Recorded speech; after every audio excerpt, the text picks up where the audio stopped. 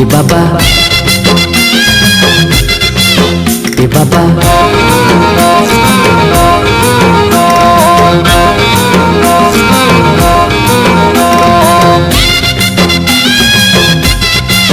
ए बाबा ए बाबा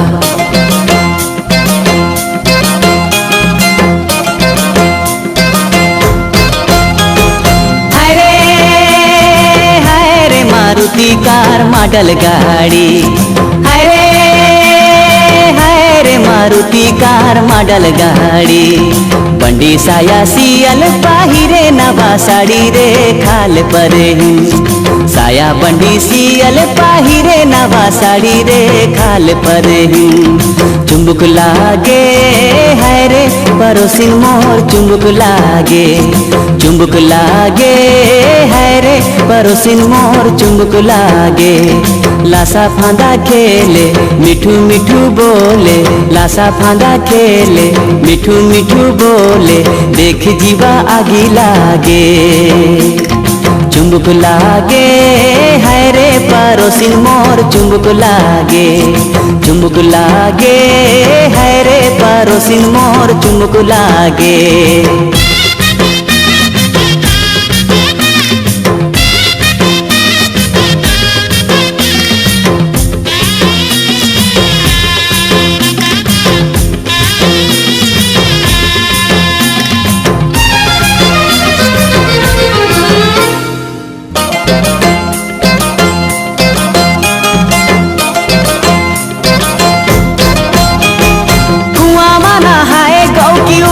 बदन माँ झल के जवानी है रे कर अंग अंग माँ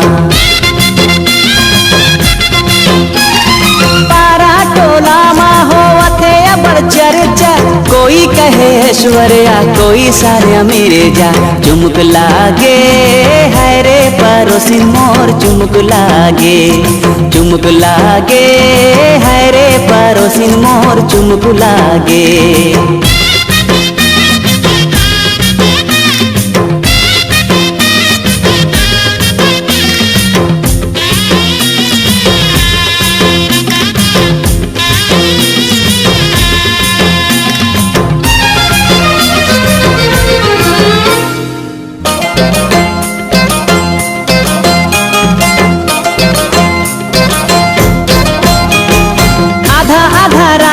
जब हारन मारे गाड़ी